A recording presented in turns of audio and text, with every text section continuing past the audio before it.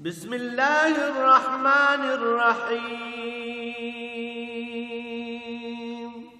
الرحمن علم القرآن.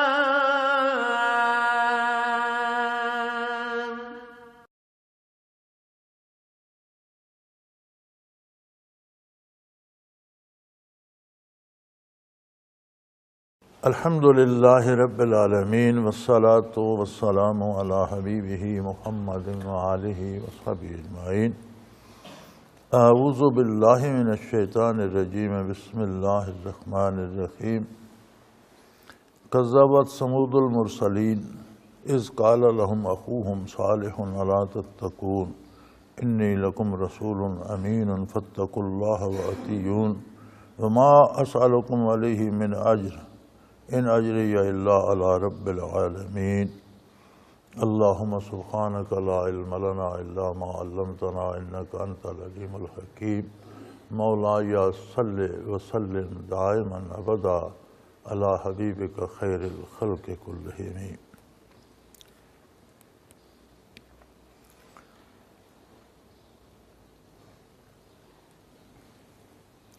سورہ شعراء میں وہی مضمون چل رہا ہے جو سابقہ آ رہا ہے کہ کس طرح قوموں کا کردار تھا، انبیاء علیہ السلام کی تعلیمات سے کس طرح انہوں نے انکار کیا اور اس کا نتیجہ کیا ہوا.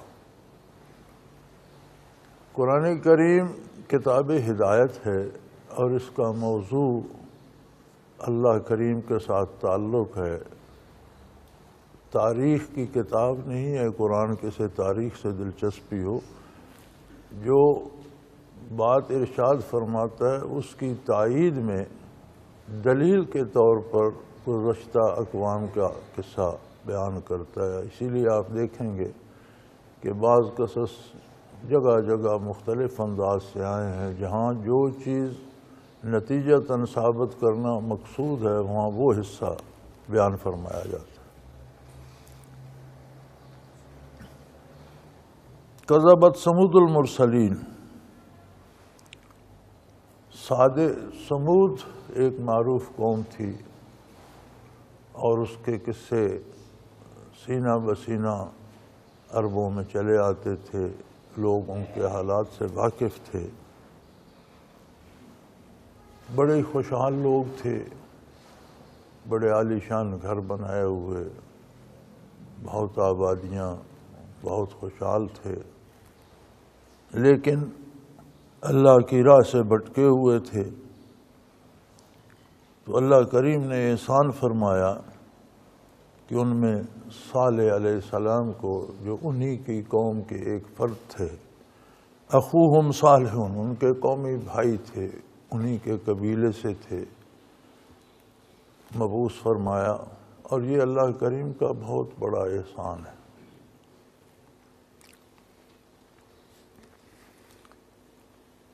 کہ وہ لوگوں کو انبیاء علیہ السلام کی معرفت اپنے احکام بھی پہنچاتا ہے اور انبیاء علیہ السلام کے سینے اللہ کے نور سے منور ہوتے ہیں اور تعلیمات کے ساتھ انبیاء کی برکات بھی ہوتی ہیں.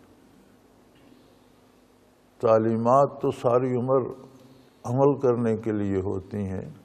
جب تک ان کی نبوت رہتی ہے تب تک اس پر عمل ضروری ہوتا ہے. برکات نبوت آنے واحد میں بندے کو درجہ صحابیت پہ پہنچا دیتی. نبوت کے بعد صحابیت انتہائی خلوص کا درجہ ہے، انتہائی قرب الہی کی کیفیت ہے. تو یہ اللہ کا احسان ہے کہ اس نے مخلوق کو محروم نہیں رکھا. جب بھی ضرورت پڑی، جہاں بھی دین مٹتا ہے وہاں پھر نبی مبعوث ہو جاتا ہے. حتیٰ کہ آقا نامدار صلی اللہ علیہ وآلہ وسلم مبعوث ہوئے تو نبوت مکمل ہو گئی. آپ کی تعلیمات میں وہ قوت ہے کہ یہ قیامت تک روئے زمین پر قائم رہیں گی. نبوت مکمل ہونے کا مفہوم یہ ہے کہ کسی نئے نبی کی ضرورت پیش نہیں آئے گی، اور جب تعلیمات رہیں گی قیامت تک تو برکات بھی قیامت تک رہیں گی۔ تو آپ چونکہ امام الانبیاء بھی ہیں اور آپ صلی اللہ علیہ وسلم کی برکات میں بھی یہ طاقت ہے کہ وہ قیامت تک دنیا میں موجود رہیں گی۔ اس اعتبار سے تو ہم بہت خوش نصیب ہیں الحمدللہ کہ ہمیں امام الانبیاء صلی اللہ علیہ وسلم کی امت ہونے کا شرف حاصل ہے۔ ہمیں وہ تعلیمات ملی جو آپ صلی اللہ علیہ وسلم کے لمحہ اطہر سے بیان ہوئیں، آپ کی زبان حق ترجمان سے بیان ہوئیں۔ ایک پہلو یہ ہے کہ ہم وہ خوش نصیب ہیں جنہیں اللہ کریم نے خیر امت کہا ہے، کہ بہترین امت جتنی قومیں دنیا میں گزر چکی ہیں، جتنی بعد میں گزریں گی، سب سے بہترین امت محمد الرسول صلی اللہ علیہ وسلم کی امت۔ دوسرا پہلو اس کا یہ ہے کہ ہم نے اس کو کتنا قبول کیا، ہمیں اس پہ یقین کتنا ہے، اور یقین کا اظہار ہوتا ہے کردار سے۔ جس بات پہ یقین ہوتا ہے اس پر عمل کیا جاتا ہے۔ تو ہماری ذمہ داری یہ ہے کہ ہمیں دیکھنا ہے کہ ہم نے اپنے آپ کو اس قالب میں کتنا ڈھالا، کتنی اطاعت ہم کرتے ہیں اور کتنی عدم اطاعت کرتے ہیں، اور یہ عدم اطاعت بہت ہی بدنصیبی کی بات ہے۔ اللہ کریم توفیق دے، ہمارا جینا مرنا اٹھنا بیٹھنا سب حضور اکرم صلی اللہ علیہ وسلم کے تابع ہو جائے، آپ کی شریعت مطہرہ کے تابع ہو جائے۔ تو فرمایا سمود بڑی خوشحال قوم تھی، بڑے تکڑے تھے، صحت مند تھے، اولادیں تھیں، بڑے بڑے محل اور مکان بنا رکھے تھے، لیکن تعلیمات انبیاء علیہ السلام جب ان کے پاس پہنچی تو انہوں نے جھٹلا دیا، انکار کر دیا کہ ہم نہیں مانتے۔ ویسا وقت تھا جب انہی میں سے انہی کے قومی بھائی حضرت صالح علیہ السلام مبعوث ہوئے، اور انہوں نے انہیں فرمایا الا تتقون، تم عجیب قوم ہو، جس پروردگار نے تمہیں پیدا کیا، جو تمہیں یہ ساری نعمتیں دے رہا ہے، جس نے صحت دی، اولاد دی، دولت دی، مال و دولت دیا، یہ بڑے بڑے گھر بنا رہے ہو، تو کیا اس کے ساتھ تمہارا کوئی تعلق قائم نہیں ہے؟ تم اس کے کچھ نہیں لگتے؟ جس کی اتنی نعمتیں استعمال کر رہے ہو تو اس کے ساتھ تم الا تتقون، تمہیں اس بات سے کوئی خطرہ نہیں کہ ہمارا اس سے تعلق نہ ٹوٹ جائے؟ انی لکم رسول امین، انہوں نے فرمایا میں وہ بندہ ہوں جسے اللہ کریم نے تمہاری طرف رسول مبعوث فرمایا ہے، اور میں امین ہوں۔ یعنی نبی اور رسول سب سے بڑا امین ہوتا ہے کہ وہ کوئی ذرا سی بات بھی اپنی طرف سے ان تعلیمات میں داخل نہیں کرتا، وہی کچھ کہتا ہے جو اللہ کا حکم ہوتا ہے۔ اور یہ تقریباً جتنے انبیاء علیہ السلام کا ذکر آیا، انہوں نے فرمایا انی لکم رسول امین۔ یہ دو باتیں، ایک یہ کہ میں اللہ کا رسول ہوں اور امین ہوں، یعنی اپنی طرف سے کچھ نہیں کہتا تمہیں کہ میری بات مانو، تم تک وہ پیغام پہنچاتا ہوں پوری امانت داری سے جو اللہ نے دیا ہے۔ اور دوسرا، ہر نبی اور رسول نے کہا کہ مجھے تم سے کوئی معاوضہ نہیں چاہیے۔ لوگ پارٹیاں جماعتیں بناتے ہیں، کوئی منشور رکھتے ہیں اس کا یہ فائدہ ہوگا، لوگوں کو جمع کرتے ہیں، اس سب کا حاصل یہ ہوتا ہے کہ پھر وہ اقتدار میں آ جاتے ہیں۔ کہیں اقتدار مقصود ہوتا ہے، کہیں یہ مقصود ہوتا ہے کہ کوئی جماعت بنا لو یا انہیں دینی حوالے سے مریدوں کی ایک فوج ظفر موج بنا لو، تو چلو ووٹ نہیں دیں گے تو شرعی نذرانے تو دیں گے، پیسہ تو جمع ہو جائے گا۔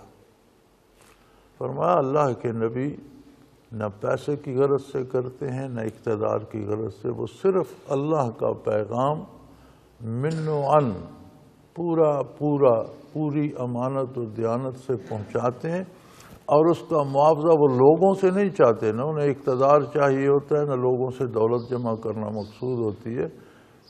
اجر ان کا اللہ کریم عطا فرماتے ہیں، جو نعمت وہ تقسیم کر رہے ہیں مخلوق اس کا بدلہ دے ہی نہیں سکتی۔ تو فرمایا میں اللہ کا رسول ہوں اور تمہاری طرف مبعوث ہوا ہوں، اور پوری امانت و دیانت سے اللہ کا پیغام پہنچا رہا ہوں۔ فاتقوا اللہ وأطیعون، اللہ کی عظمت کا اقرار کرو، اللہ سے نسبت قائم کرو، اور اس کا طریقہ یہ ہے کہ میری بات مانو، میرا اتباع کرو، جو میں کہتا ہوں اس پر عمل کرو، تمہارا اللہ سے تعلق قائم ہو جائے گا۔ وما اسألکم علیہ من اجر، اور میں اس کا کوئی معاوضہ تم سے نہیں چاہتا کہ تمہیں یہ وہم ہو کہ تم میرے پیچھے لگ جاؤ گے مجھے حکومت مل جائے گی، یا تم مجھے چندے دو گے میرے پاس، مجھے تم سے کچھ نہیں چاہیے۔ مجھے جو کچھ ملے گا وہ پروردگار عالم دے گا جو سارے جہانوں کو پال رہا ہے، مجھے بھی اپنی نعمتوں سے وہ سرفراز فرمائے گا۔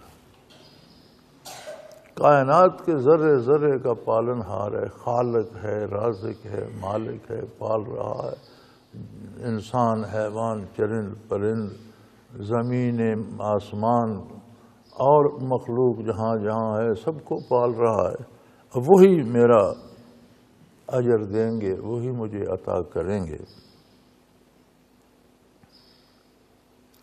اتترکون فیما ہاہنا آمنین، تم نے سمجھ لیا ہے کہ ان خوبصورت گھروں میں اور ان باغات میں اور ان جنگلوں میں اور ان پہاڑوں پر تم قابض ہو، تم یہ ہمیشہ یہیں موج کرتے رہو گے؟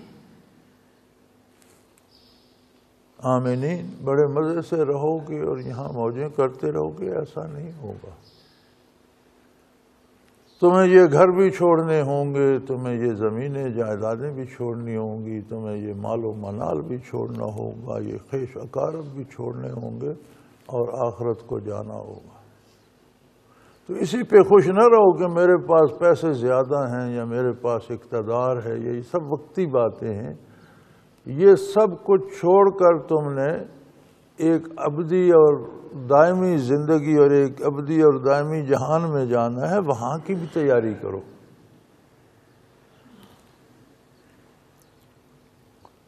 فی جنات وعیون وزروع ونخل وطلعها ہضیم،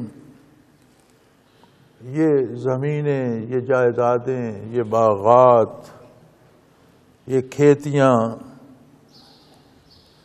اور یہ پھلدار درخت، کھجوروں کے درخت جن کے خوشے بڑے لطیف اور بڑے نازک اور بڑے مزیدار ہیں، یہ پھلوں سے لدے پھندے درخت اور کھجوریں، یہ کھیتیاں، یہ بڑے بڑے باغات، یہ بڑے عالی شان محل، انسان ساری عمر ان میں مصروف رہتا ہے، گھر بناتا رہتا ہے، زمینیں سنوارتا رہتا ہے، فصلیں بوتا رہتا ہے، پھلدار درخت اگاتا رہتا ہے۔ فرمایا ان میں تمہیں ہمیشہ نہیں رہنا۔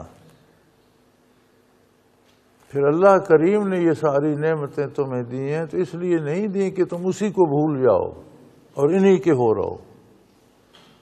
اللہ نے تمہیں نعمتیں دی ہیں، انہیں اس کے حکم کے مطابق استعمال کرو، اور ان سے تعلق اتنا رکھو، یاد رکھو کہ یہ کل چھوڑ کر جانا ہے۔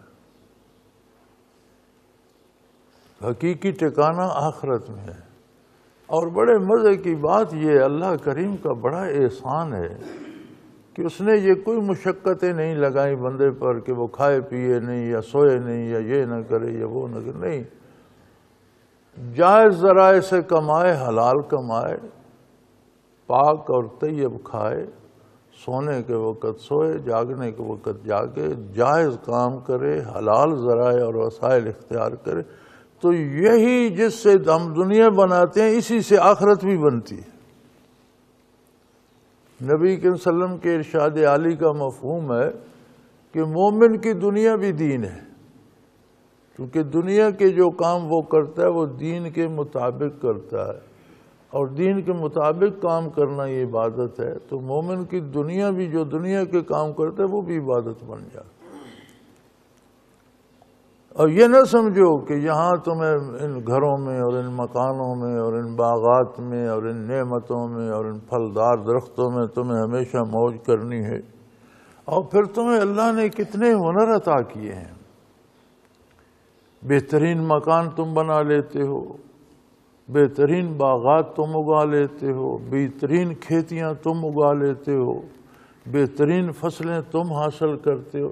یعنی اس زمانے میں بھی، اب آج کا آدمی تو یہ سمجھتا ہے نا کہ ہم بڑے جدید زمانے میں اور وہ قدیم زمانے تھے، وہ قدیم زمانوں کی تاریخ پڑھیں تو وہ جتنی مادی ترقی میں وہ لوگ پہنچے ہوئے تھے، یہ جدید آج کا زمانہ ابھی تک وہاں نہیں پہنچا۔ جو قومیں تباہ ہوئیں اور غرق ہوئیں انہیں بھی اسی مادی ترقی کے زوم میں اللہ کو بھول گئے، آخرت کو بھول گئے اور اس لیے تباہ ہوئے۔ تو فرمایا تمہیں اللہ نے وَتَنْحِتُونَ مِنَ الْجِبَالِ بُيُوتًا فَارِحِينَ، اللہ نے تمہیں وہ ٹیکنالوجی دی ہے، وہ ہنر دے دیا ہے کہ تم پہاڑوں کو، چٹانوں کو کاٹ کر خوبصورت گھر بنا لیتے ہو، اور پھر اس پر فخر کرتے ہو کہ دیکھو میں نے کتنا خوبصورت گھر بنایا۔ تو وہ چٹانیں ان کی نشانیوں کے طور پر آج بھی موجود ہیں۔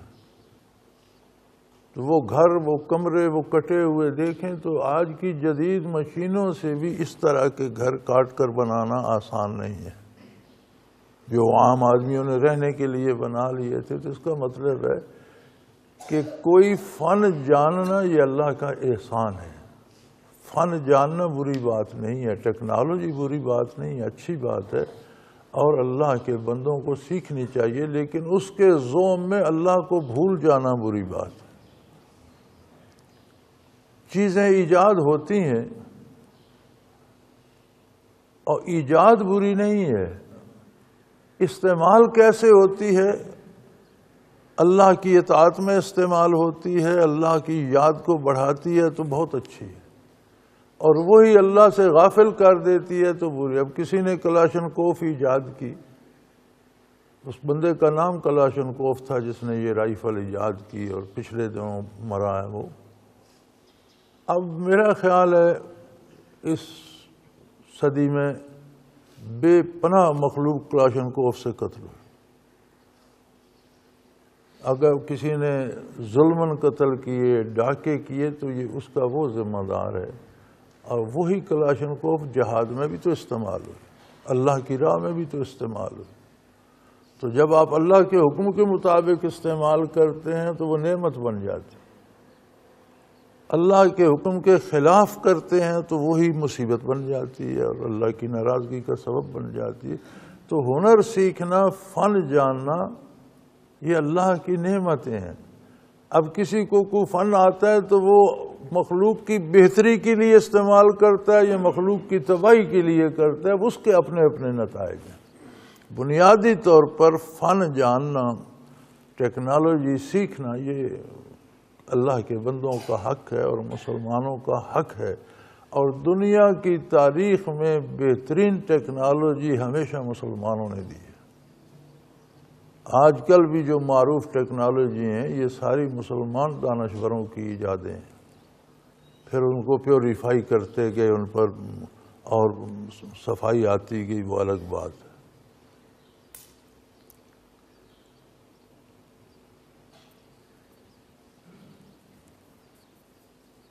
تو انہوں نے فرمایا فاتقوا اللہ واتیون، اللہ سے ڈرو، اللہ کی عظمت کا ادراک کرو، اپنے خالق سے رابطہ رکھو۔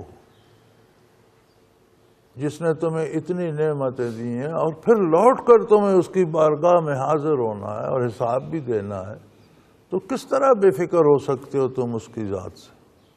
اس کے احکام سے کس طرح سرکشی کر سکتے ہو؟ جاؤ گے کہاں؟ اور اس کا ایک ہی راستہ ہے، تقویٰ کہاں سے نصیب ہوگا؟ وَأَطِیعُونِ، میری غلامی کر لو، میرا اتباع کر لو، جو میں کہتا ہوں اس پر عمل کرو، مانو، یقین کرو اور عمل کرو۔ وَلَا تُطِیعُوا أَمْرَ الْمُسْرِفِینَ، اور جو لوگ اللہ کی بارگاہ سے سرکشی اختیار کر چکے ہیں ان کی باتیں مت مانو، ان کا اتباع نہ کرو۔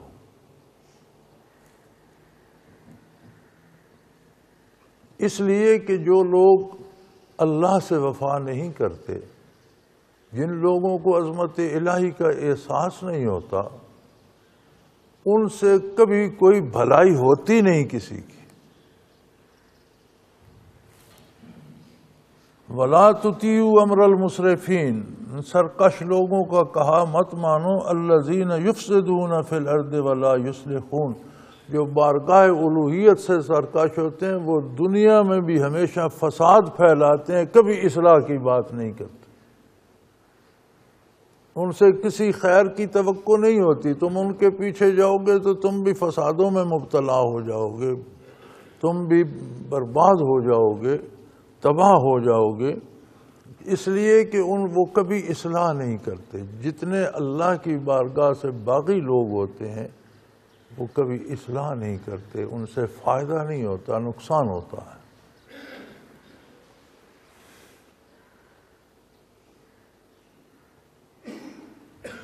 ہمارا آج کا ایک قومی مسئلہ ہے، جس بندے کو دیکھو وہ پیٹ رہا ہے، مجھے یہ تکلیف ہے، مجھے یہ دکھ ہے، مجھے یہ پریشانی ہے، مجھے وہ پریشانی ہے، میری تنخواہ رک گئی، میرے بیٹے کی شادی نہیں ہوئی، میری بہو ناراض ہو گئی، میرا پوتا بیمار ہو گیا، میری زمین پر کسی نے قبضہ کر لیا ہے، میرا مکان گر گیا، مجھے وہ بیماری ہو گئی، مجھے یہ بیماری ہو گئی۔ اور خطوط آتے ہیں تو ان میں بھی بڑی لمبی فہرست ہوتی ہے بیماریوں کی، سارے بچے بیمار ہیں، سارے کسی کو یہ ہو گیا وہ ہو گیا۔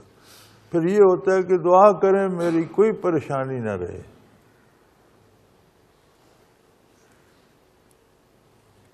بڑی عجیب بات ہے، پتہ نہیں لوگوں کو اس بات کی سمجھ کیوں نہیں آتی کہ دنیا میں بے پناہ پریشانیاں ہیں، کہیں ایک سکھ ملتا ہے تو 50 دکھ اس کے ساتھ جڑے ہوئے ہوتے ہیں۔ سکون ہے، اگر دنیا میں بھی سکون ہے تو اللہ کی یاد اور اللہ کے نبی صلی اللہ علیہ وسلم کے اتباع میں۔ اللہ کریم نے ایک جگہ ارشاد فرمایا نا، ادخلوا فی السلم کافہ، اسلام سلامتی کی جگہ ہے، سلامتی کا قلعہ ہے، محفوظ ہے، سارے کے سارے اس کے اندر داخل ہو جائیں۔ اب ہم یہ چاہتے ہیں کہ ہم سارے اسلام میں نہ جائیں، ایک انگوٹھا ایک انگلی ادھر بھی رکھ دیں، باقی ہم باہر کھڑے ہوں، ہمیں دھوپ بھی نہ لگے، ہمیں بارش بھی نہ لگے، ہم پر آندھی بھی نہ آئے۔ بھئی تم کھڑے ہی باہر ہو، کھڑکی کی ایک سلاخ پکڑ رکھی ہے کہ ہمارا بھی تعلق ہے، ہم بھی مسلمان ہیں، تو پھر دھوپ کی تپش بھی آئے گی، جاڑے کی سردی بھی لگے گی، بارش بھی لگے گی، ساری مصیبتیں آئیں گی۔ اسی لیے اللہ فرماتا ہے سارے کے سارے اسلام، سارے قلعے کے اندر چلے جاؤ تو محفوظ رہو گے۔ تو دنیا میں بھی اگر راحت ہے تو اتباع رسالت پناہی کے اندر ہے، جتنے ہم اس کے باہر ہوں گے اتنی پریشانیاں چمٹی رہی۔ تو میری ان حضرات سے بھی گزارش ہے جن کے خطوط روز مجھے آتے ہیں کہ آپ دعا کریں، میں دعا کرتا ہوں کہ اللہ آپ کو سارے کا سارا اسلام میں داخل ہونے کی توفیق دے، اور آپ خود اس بات کو سمجھیں کہ ہم نے اقرار تو کر لیا، کلمہ تو پڑھ لیا، نماز کی فرصت نہیں۔ اچھا عجیب عجیب وہم ہو گئے ہیں لوگوں کو، وہ جی میں کام تو بھلے کرتا ہوں، پتہ نہیں میری نیت خالص ہے کہ نہیں۔ بھئی نیت خالص نہ ہو تو نیکی رہتی نہیں، نیکی کی توفیق ہی نہیں ملتی۔ پھر آدمی نیت خالص نہ ہو تو اپنی بڑائی کے لیے کرتا ہے، یا پیسے جمع کے لیے کرتا ہے، یا کسی اور دنیاوی لالچ کے لیے کرتا ہے۔ جب کام اللہ کی رضا اور حضور کے اتباع میں اور آخرت کے لیے کیا جائے تو پھر اور نیت کس بلا کا نام۔ یہ شیطان راستے میں بیٹھا ہوتا ہے، یہ کوئی نہ کوئی غلط فہمی پیدا کرتا رہتا ہے۔ تو اپنے آپ پر اعتماد ہونا چاہیے، بھائی کام جو بھی کرتے ہو اللہ کے حکم کے مطابق کرو، اللہ کے نبی صلی اللہ علیہ وسلم کے حکم کے مطابق کرو، اور اللہ کی رضا کے لیے کرو، آخرت کے لیے کرو، اور نیتوں کا مالک اللہ ہے۔ یہ اتباع رسالت ہی نیت کو بھی صاف کرتا ہے، یہی اللہ کا ذکر ہی قلوب کو بھی صاف کرتا ہے، راستگی دے دیتا ہے۔ لیکن ہمیں آخرت کا اتنا شاید یقین نہیں ہے، چونکہ دنیا ہمارے سامنے ہے۔ آخرت کو ہم نے ماننا ہے حضور اکرم صلی اللہ علیہ وسلم سے سن کر، اللہ کریم اور اللہ کی کتاب سے پڑھ کر، اللہ سے سن کر، اللہ کے حبیب سے سن کر۔ اب جو چیز ہم برت رہے ہیں اس پر تو ہمیں یقین ہے، اب جو ہماری کمزور نگاہوں سے اوجھل ہے، ہمارے کمزور دماغ میں نہیں آتی، اس کی خبر اللہ اللہ کا رسول دیتے ہیں، اس پر ہمیں وہ یقین نہیں آتا جو دنیا پر ہے۔ دنیا کے کام تو ہم بڑی محنت مشقت سے کرتے ہیں، ادھر کوشش کرتے ہیں کہ خانہ پوری بھی ہوتی، جو ہم کرتے بھی ہیں نا ہم چاہتے ہیں کہ خانہ پوری بھی ہوتی رہے۔ تو میاں اپنے کردار کا ہر بندہ ذمہ دار ہے اور اسی کے نتائج بھگتتا ہے۔ اطاعت الہی میں بھی بیماریاں بھی آتی ہیں، مصیبتیں بھی آتی ہیں، سارے دکھ سکھ آتے ہیں، لیکن اللہ کریم کی اطاعت اور حضور کے اتباع میں ہو تو اندر ایک سکون آ جاتا ہے، ان دکھوں میں بھی مزہ آتا ہے بعض اوقات، اور پھر وہ بھی اللہ ہی سے بندہ ہم کلام ہونے کا شرف حاصل کرتا ہے اور کہتا ہے اللہ میرا یہ دکھ دور کر دے، میں کمزور ہوں، مجھ پر رحم فرما، تو وہ اور قرب الہی کا اور سکون کا سبب بن جاتا ہے۔ دنیا دار پر چھوٹی سی بھی تکلیف آتی ہے تو اس کے پاس یہ تصور نہیں ہوتا، وہ چیختا چلاتا رہتا ہے۔ تو فرمایا یہ جو اللہ کے نافرمان ہیں ان کی باتیں نہ مانو کہ ان کی باتوں میں کوئی بھلائی نہیں ہے، ولا یصلحون، یہ کبھی بہتری کی بات نہیں کر سکتے، بہتری کا کام نہیں کر سکتے، بلکہ یفسدون فی الارض، دنیا میں فساد پھیلانے کے ذمہ دار ہیں یہ۔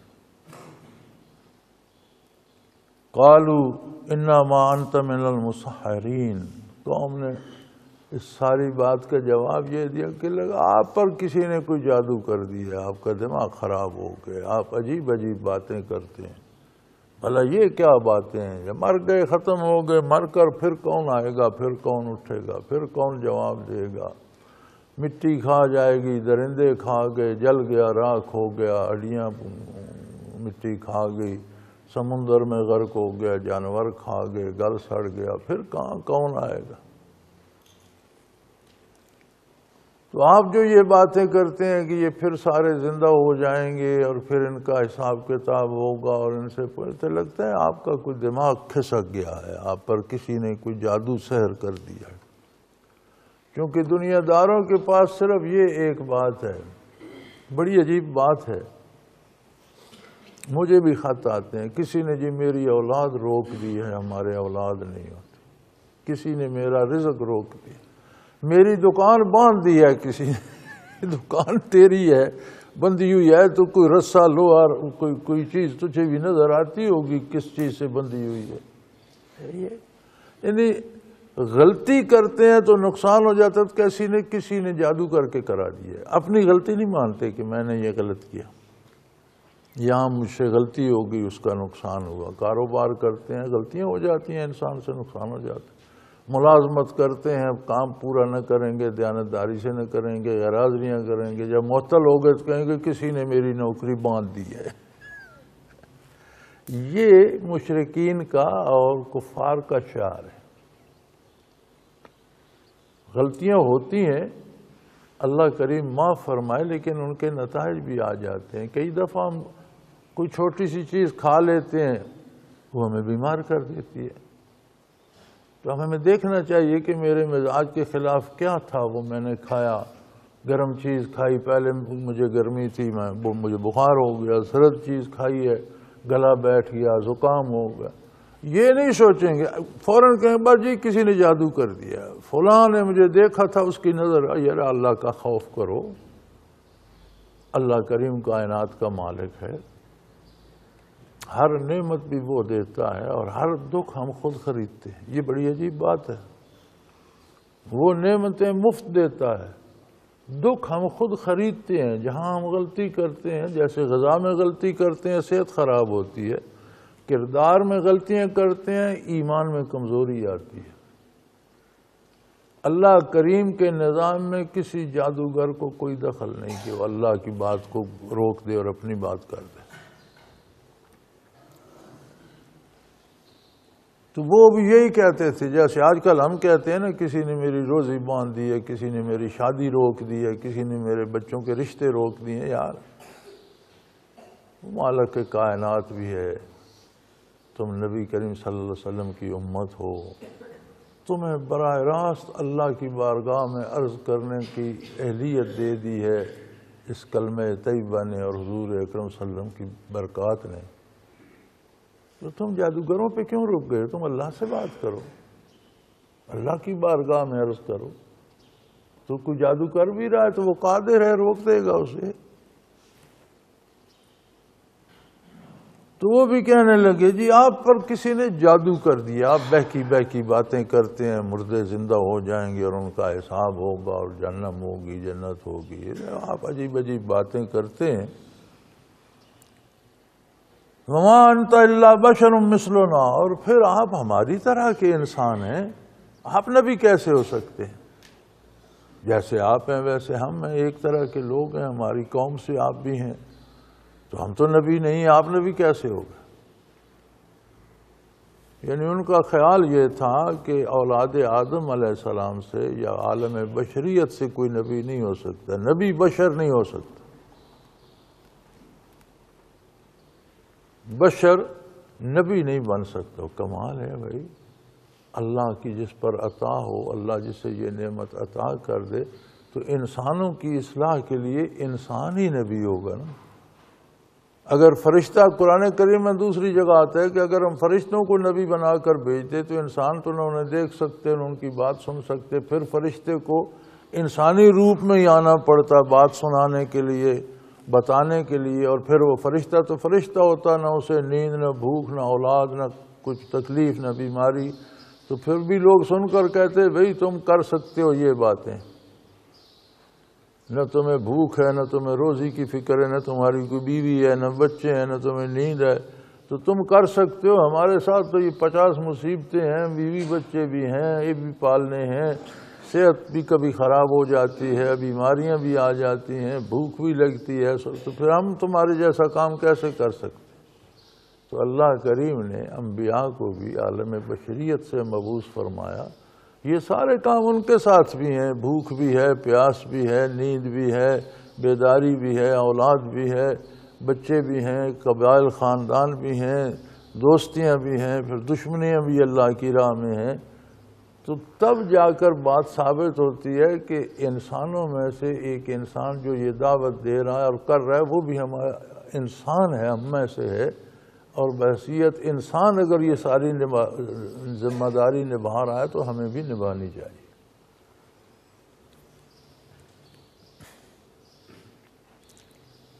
فَأْتِ بِآیَاتٍ إِن كُنتَ مِنَ الصَّادِقِينَ، اگر آپ سچے ہیں اور واقعی اللہ کے نبی ہیں تو پھر کوئی معجزہ دکھائیے،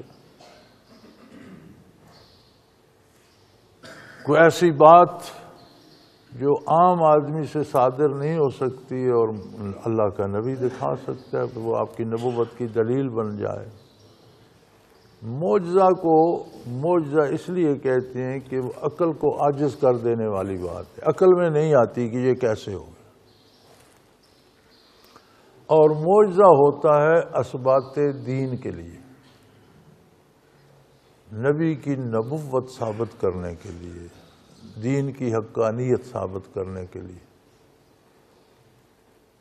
نبی کے ورثاء اولیاء اللہ ہوتے ہیں، علماء حق ہوتے ہیں، انہیں بھی کرامات نصیب ہوتی ہیں۔ وہی کام جسے معجزہ کہا جاتا ہے نبی کے ہاتھ پہ صادر ہو تو معجزہ کہلاتا ہے۔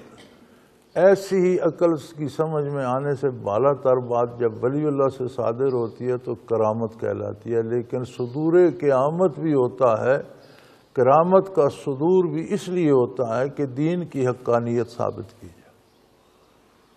جہاں کہیں کوئی دینی معاملہ آ جائے اور کفر کو شکست ہو اور دین ثابت ہو، ایسی کوئی دلیل جو کسی ولی اللہ سے صادر ہوتی ہے وہ کرامت کہلاتی ہے۔ یہ جو ہم نے کرامتیں بنا رکھی ہیں اور یہ جو ہمارے لکھنے والوں نے لکھی ہیں، بڑی مزے کی بات یہ ہے کہ جتنے لوگوں نے کرامتیں نقل کی ہیں الا ماشاءاللہ چند معدود ہستیوں کے علاوہ، وہ سارے ایسے لوگ ہیں جو آپ دیندار بھی نہیں ہیں، نماز روزے بھی نہیں کرتے، قصے کہانیوں کی طرح کرامات بنا دی ہیں اور پتہ نہیں ان میں کیا کیا بھر دیا۔ فلاں کی کرامت سے فلاں کے بیٹا ہو گیا اور فلاں کی کرامت سے فلاں کا کاروبار چل گیا۔ یہ جانور جنگلوں میں 20-20 بچے دیتی ہیں ان کی مادائیں، یہ کس کی کرامت سے؟ یہ پرندوں کے گھونسلے انڈوں بچوں سے بھرے ہوتے ہیں، یہ کس کی کرامت ہے؟ ان کا پیر کون ہے؟ کامل پیر جس نے انہیں اتنی اولاد دی۔ یہ شام کو ان کے پاس کچھ بھی نہیں ہوتا، صبح پھر انہیں روزی تازہ مل جاتی ہے، نئے فریج کی ضرورت ہے، انہیں سنبھال کر رکھنے کی، نہ مکان نہ دکان۔ پرندے درختوں میں بسیرا کر لیتے ہیں، جانور کھو بنا لیتے ہیں، جھاڑیوں میں بسیرا کر لیتے ہیں، تو ان کی پیر کون ہے؟ یہ پیروں کے کام نہیں ہے۔ پیر کا کام ہے مرید کی رہنمائی اور اس تک تعلیمات نبوت کو پہنچانا، اور اس کے ساتھ اس کے دل کو وہ درد دینا کہ ان احکامات پر عمل کرنے کی توفیق بھی نصیب ہو۔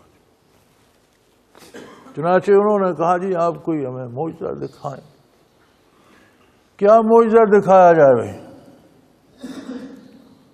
الٹی بات کی انہوں نے، کہنے لگے یہ جو بڑی سی چٹان ہے نا سامنے اس پہاڑ میں، ہم معجزہ یہ چاہتے ہیں کہ یہ پھٹ جائے اور اس میں سے سانڈنی نکل آئے، اونٹنی نکل آئے، اور پھر وہ اونٹنی جو ہے وہ گابھن بھی ہو، بچہ دینے والی ہو، چٹان پھٹ جائے اس میں سے اونٹنی نکلے، پھر وہ بچہ بھی دے، تو ہم یہ معجزہ مان لیں گے کہ یہ ممکن نہیں ہے کہ چٹان میں سے کوئی زندہ اونٹنی نکال لے۔ ڈالنی تو کسی نے ہے نہیں کہ چٹان کاٹ کر اس میں اونٹنی کھڑی کرے، ایسی چٹان میں سے نکلے، چٹان میں اونٹ کہاں سے آ گئے، اور پھر وہ اونٹنی جو ہے وہ بچہ دینے والی بھی ہو۔ عجیب سے عجیب تر بات۔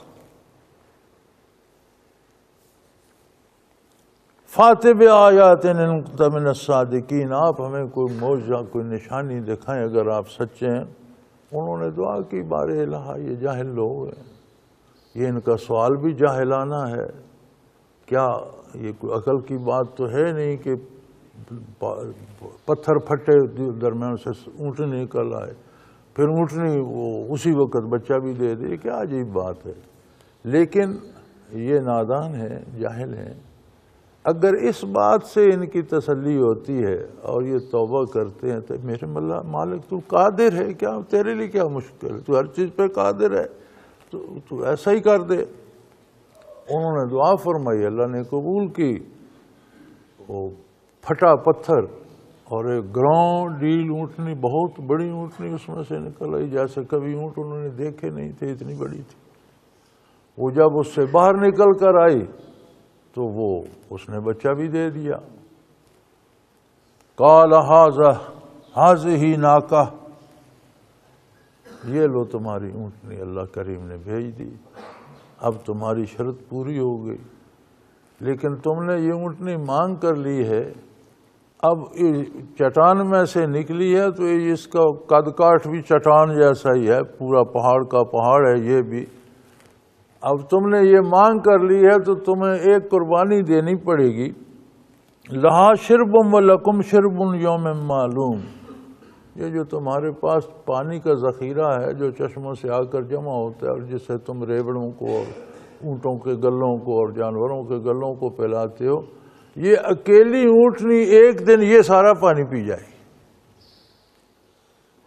اور اگلا دن تمہارا ہوگا، تمہارے جانور، تمہارے ریوڑ، تمہارے اونٹوں کے گلے وہ سیراب ہوں گے، پھر اس سے اگلا دن اس اونٹنی کا ہوگا، تو ایک دن میں یہ سارا پانی پی جائے گی، دوسرے دن تمہیں جانوروں کو پلانا، چرے گی اللہ کے جنگل سے، تم پر اس کا اور کوئی بوجھ نہیں، یہ تم پر تمہیں اپنی طرف سے دینا پڑ جائے گا، مانگ کر لی ہے تو چونکہ یہ معجزے میں آئی ہے تو اس کے کردار، اس کا عمل بھی معجزاتی ہوگا، تو یہ تم نے خود مانگا، یہ بھگتنا پڑے گا۔ قال هذه ناقۃ لها شرب ولکم شرب یوم معلوم، تمہاری باری مقرر ہو گئی، ایک دن اونٹنی سارا پانی پیے گی، دوسرے دن تمہارے جانور پیئیں گے، اگلے دن پھر اونٹنی پیے گی۔ ولا تمسوها بسوء، اس کو چھیڑنا مت، اسے تکلیف مت پہنچانا، اس کے ساتھ کوئی زیادتی نہ کرنا، یا مارنا پیٹنا نہیں، یا ایسے پانی سے روکنا نہیں کہ یہ پانی پینے آئے تم شور مچانا شروع کر دو، پانی میں پتھر پھینکنا شروع کر دو، نہ۔ اگر اس کے ساتھ چھیڑو گے فَيَأْخُذَكُمْ عَذَابُ يَوْمٍ عَظِيمٍ، تو پھر تمہیں بہت بڑے دن کا عذاب آ پکڑے گا۔ جب مصیبت آتی ہے نا تو ایسے لگتا ہے کہ دن سال بھر کا ہو گیا۔ کسی بیمار سے پوچھیں نا تو اس سے رات کٹنے میں نہیں آتی، اور صحت مند سے پوچھیں تو کہتے ہیں ابھی تو لمبے پڑے تھے، ابھی سورج نکل آیا، نیند بھی پوری نہیں ہوئی۔ تو فرمایا وہ دن تمہارے لیے بہت بڑا بن جائے گا جس دن اللہ کا عذاب آ گیا نا، تو پھر تمہیں پتہ چلے گا کہ یہ دن تو گزرنے میں ہی نہیں آتا، اور عذاب الہی سے ڈرو۔ تو اب اس کو چھیڑنا نہیں، اگر تم میری بات نہ بھی مانو تو اس اونٹنی کے ہوتے ہوئے عذاب نہیں آئے گا، کیونکہ یہ معجزہ ہے اور اس کی عظمت اور حرمت ہے عند اللہ۔ تو جب تک یہ تم میں موجود رہے گی، اگر تم شریعت پہ عمل نہ بھی کرو گے تو گرفت نہیں ہوگی، عذاب نہیں آئے گا، اس کے تو فعل عذاب رکا رہے گا۔ اگر اس کو تم نے تکلیف پہنچائی تو پھر وہ تمہارے پاس تحفظ کی کوئی دلیل نہیں رہے گی، پھر تم پر عذاب، پھر دن لمبا ہو جائے گا، پھر تمہیں پتہ چلے گا کہ یہ دن تو صدیوں لمبا ہے اور اس میں عذاب نازل ہوگا۔ لیکن وہ لوگ چونکہ مزاجاً فسادی تھے، پھر انہیں یہ بڑا دکھ ہوا کہ یار ہمارے جانور ایک دن تو پیاسے ہی رہیں، دوسرے دن جا کر پانی پئیں، یہ کیا تماشا ہے۔ اور یہ اونٹنی ہے کہ کمال ہے، ایک دن ہمارے سارے جانور سیراب ہوتے ہیں، پانی پھر بھی کھڑا ہوتا ہے، اور یہ ایک دن میں سارا چٹ کر جاتی ہے۔ فَأَكَلُوهَا، انہوں نے اونٹنی کو مار ڈالا، اس کی کونچیں کاٹی، وہ گر گئی۔ بہت بڑا جانور تھا، پہلے اس کی ٹانگوں پہ تلواریں چلائیں، ٹانگیں کٹ گئیں، گر گئی، اسے مار ڈالا۔ مفسرین کرام لکھتے ہیں کہ اس کا وہ بچہ جو اس نے دیا تھا وہ بھی شور کرتا ہوا جنگل کو بھاگ گیا۔ جب حضرت صالح علیہ السلام کو اطلاع ہوئی کہ انہوں نے اونٹنی تو مار ڈالی ہے تو انہوں نے فوراً فرمایا کہ وہ بچے کو دیکھو، وہ بھی عذاب کو ٹلنے کا سبب ہے، اس بچے کو دیکھو۔ سے جب حضرت وہ تو بھاگ گیا، شور کرتے ہوئے جنگل کی طرف بھاگ گیا، تلاش کرو، نہیں ملا۔ فرمایا اب تمہارے پاس کوئی دلیل نہیں ہے بچنے کی، اب تم پر عذاب آئے گا۔ اگلے دن پر عذاب شروع ہو گیا، چہرے سرخ ہونے شروع ہو گئے، پھر دوسرے دن زرد پڑ گئے، تیسرے دن سیاہ ہو گئے۔ اس طرح کا عجیب عذاب تھا ان پر۔ پھر ایسی مصیبت آئی کہ سارے تباہ ہی ہو گئے، مر گئے۔ تو جب عذاب کی نشانیاں شروع ہوئیں تو پھر تو بڑے چلائے کہ ہم سے غلطی ہو گئی، ہم نے ظلم کیا. لیکن جب عذاب کے اثرات سامنے آ جاتے ہیں تو پھر توبہ کا وقت نہیں رہتا، پھر وقت گزر چکا ہے. ورنہ تو جب غوطے آئے تو فرعون نے بھی جب فرشتے موت کے دیکھے تو اس نے کہا میں توبہ کرتا ہوں. فرمایا اب توبہ کرتے ہو، جب وقت تھا تب تو تم اکڑے رہے، اب تو توبہ کی قبولیت کا وقت گزر گیا.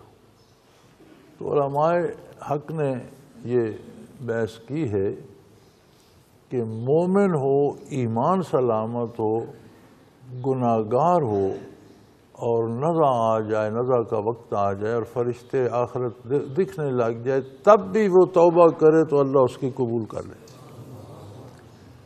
کافر کو جب آخرت سامنے آ جائے، یہ فرشتے نظر آ جائیں، پھر توبہ کرے، اس کی قبول نہیں ہوتی.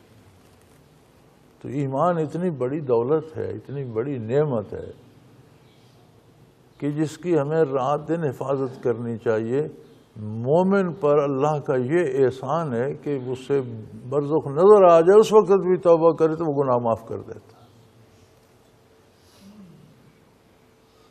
فَعَقَرُوهَا فَأَصْبَحُوا نَادِمِينَ، اونٹنی کو تو مار ڈالا، پھر بڑے پشیمان ہوئے. جب عذاب شروع ہو گیا اور شکلیں مسخ ہونے لگ گئیں تو پھر بڑے پشیمان ہوئے. لیکن وہ تو وقت گزر چکا تھا، جب عذاب سامنے آ جاتا ہے تو پھر آ گیا. فَأَخَذَهُمُ الْعَذَابُ، آخر اللہ کے عذاب نے انہیں آ پکڑا. إِنَّ فِي ذَلِكَ لَآيَةً وَمَا كَانَ أَكْثَرُهُم مُؤْمِنِينَ. فرمایا اس قصے میں بھی بڑے دلائل ہیں. اگر کوئی دلیل حاصل کرنا چاہے، اگر کوئی اپنے حالات کو آزما کر دیکھنا چاہے، اگر کوئی یہ تجربہ کرنا چاہے کہ وہ کتنا اتباع شریعت کر رہا ہے، تو وہ اپنا حال، اپنا دل، اپنا باطن سامنے کر کے دیکھ سکتا ہے. اتباع شریعت میں آخرت کا انعام تو اللہ کا انعام ہے، اس دنیا کا سکون بھی ہے. بیماری وہ تکلیف نہیں دیتی جو بدکار کو دیتی ہے. مصیبتیں اس طرح کڑوی نہیں لگتی جس طرح بدکار کو لگتی ہیں. مومن کو کانٹا بھی چبھ جائے تو کئی گناہوں کی معافی کا سبب بن جاتا ہے، ترقی درجات کا سبب بن جاتا ہے، تلافی معافات کا سبب بن جاتا ہے. جب کافر پہ مصیبت آتی ہے تو از قسم عقوبات ہوتی ہے، وہ تو اور سزا ہوتی ہے، اس میں دل بھی جلتا ہے. کافر کو جو بخار ہوتا ہے وہ صرف بدن کو نہیں پھونکتا، اس کا دل بھی جلتا ہے. کافر پر جو دکھ آتا ہے وہ اس کے دل کو بھی متاثر کرتا ہے. اور مومن پہ اگر مصیبت بھی آ جائے تو اس کے گناہ معاف ہوتے ہیں. اللہ کریم اسے وہ پریشانی جو دل پھٹنے کو آ جاتا ہے وہ نہیں دیتے. ان فی ذلک لآیۃ، ان حکایات میں دلائل ہیں لوگوں کے لیے، اور لوگوں کو اپنے کردار پر اور اللہ کی عطا پر نظر کر کے دیکھنا چاہیے کہ میں اس کی عطا کا شکر کر رہا ہوں یا اس کی نافرمانی کر رہا ہوں. شکر اطاعت کا نام ہے اور نافرمانی ناشکری ہے. وما کان اکثرهم مؤمنین، اور ان میں تو اکثریت ایسی تھی جو ایمان لانے والے ہی نہیں تھے. اللہ دلوں کے حال سے واقف ہے. فرمایا میں نے نبی مبعوث کیا، میرے نبی کی تعلیمات ان کے سامنے آئیں، پھر انہوں نے خود معجزہ مانگا اور بڑا مشکل سمجھ کر مانگا، پھر وہ معجزہ بھی عطا کر دیا. لیکن وہ تو ماننے والے تھے ہی نہیں، وہ تو معجزے بھی اعتراض کرنے کے لیے کہہ رہے تھے. اور وَإِنَّ رَبَّكَ لَهُوَ الْعَزِيزُ الرَّحِيمُ، اور تیرا پروردگار غالب ہے، ہر چیز پہ قادر ہے. لیکن وہ بہت بڑا رحم کرنے والا ہے. انہیں بھی بڑی مہلت دی، تمہیں بھی اس نے مہلت، فرصت، صحت، مال، اولاد، گھر بار دے رکھا ہے. یہ سب اس کی رحمت ہے. لیکن یاد رکھو وہ غالب ہے. نافرمانی پہ جو طریقہ کار اس نے متعین فرمایا، نافرمانی پہ سزا ہوگی، اطاعت پہ اس کی عطا ہوگی. لہذا نافرمانی کو چھوڑو اور اتباع اختیار کرو اپنے حبیب اپنے نبی کریم صلی اللہ علیہ وسلم کا اور اللہ کی کتاب کا۔ اس کے علاوہ کوئی چارہ نہیں، بندہ بچ نہیں سکتا۔ وآخر دعوانا ان الحمد للہ رب العالمین۔ اللہ اللہ اللہ اللہ اللہ اللہ اللہ اللہ۔ حضرت امیر محمد اکرم آوان مد ذلہ العالی دارالعرفان منارہ ضلع چکوال میں سالہ سال سے قرآن و حدیث کے اوپر خطابات کر رہے ہیں اور سلسلہ نقشبندیہ اویسیہ کے مطابق لوگوں کو ذکر الہی کی تربیت دے رہے ہیں۔ وہ قرآن پاک کی تفسیر ترتیب وار بیان کر رہے ہیں۔ تفسیر قرآن کو وہ موجودہ ملکی اور بین الاقوامی حالات کے مطابق بیان کرتے ہیں۔ موٹر وے سے کلر کہار کے انٹرچینج سے نکلتے ہوئے کلر کہار کی جھیل سے ہوتے ہوئے میانی، بوچھال اور نورپور سے گزرتے ہوئے دارالعرفان منارہ پہنچ سکتے ہیں۔ حضرت امیر محمد اکرم آوان نے بچیوں اور بچوں کی دینی اور دنیاوی تعلیم کے لیے سقارہ اکیڈمی کے نام سے ایک درسگاہ بھی قائم کی ہے، جس کا افتتاح ملک پاکستان کے صدر جنرل محمد ضیاء الحق نے اپنے دست مبارک سے کیا تھا۔ وہ تمام احباب جو اسلام کی طلب رکھتے ہیں ان سے گزارش ہے کہ دارالعرفان منارہ ضلع چکوال میں امیر محمد اکرم آوان صاحب کے خطابات سے مستفید ہوں۔ وہ ہر جمعے کو نماز سے پہلے بیان فرماتے ہیں۔